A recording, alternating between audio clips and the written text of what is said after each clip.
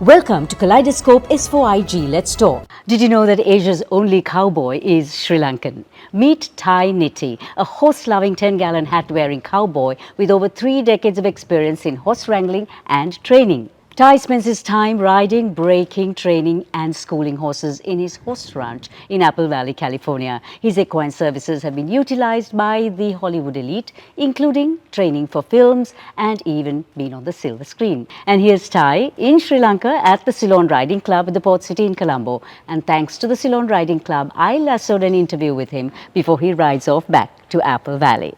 Welcome, Ty. Lovely to have you in Sri Lanka. Glad to be here. What are you seeing of Sri Lanka from your horse training eyes? There's a great number of opportunities here for Sri Lanka to enhance its horse culture.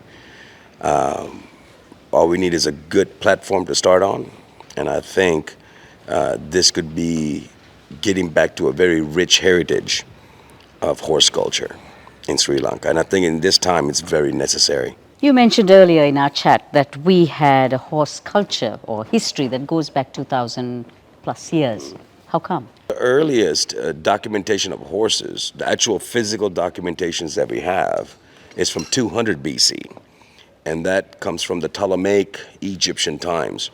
And they have written documents on vases that the Egyptians and the Romans and the Greeks were trading horses with Sri Lanka for cinnamon and pearl and peacock. And as they've actually given the exact location that they used to bring the horses into, which is now called the Gulf of Mannar. And I believe there was an ancient city called Kudurai. I believe that means horse city or horse town. Pretty much every kingdom in Sri Lanka had horses. They had horse cavalries. To name a few, the Batiklo Kingdom, the Jaffna Kingdom, the Kandy Kingdom, they all had cavalries, not just elephants, as vanguards. So this is what I mean by a very rich heritage that Sri Lanka has. And a part of my journey here is to tell the story that we were great horsemen at one time, and we lost it. Now I want to get it back.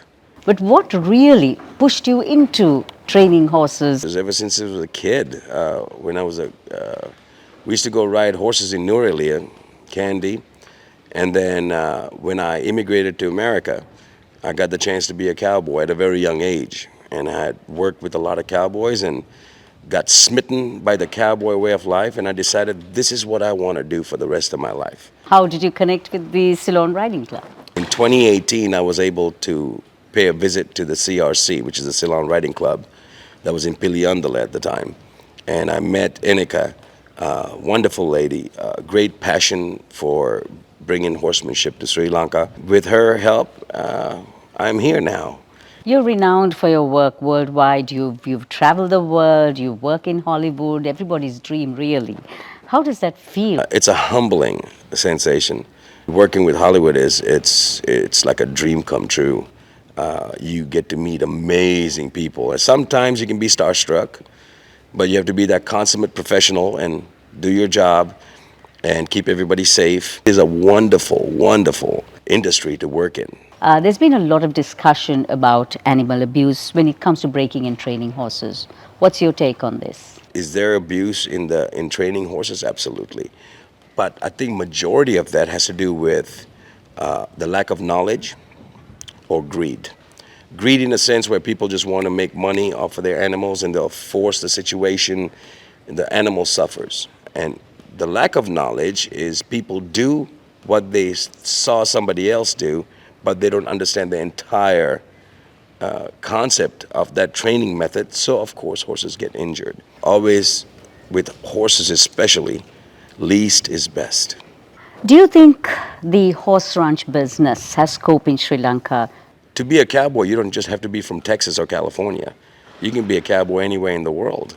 And as far as ranching goes, for Sri Lanka, the flora and fauna, in a sense, flora is so amazing in this country that ranching has so much potential. And it's a great way for young people to start. You keep your kids in livestock, they'll stay out of trouble. I promise you that. Kaleidoscope is on YouTube, Facebook, Instagram, and LinkedIn. And of course, if you like our show, do subscribe and follow.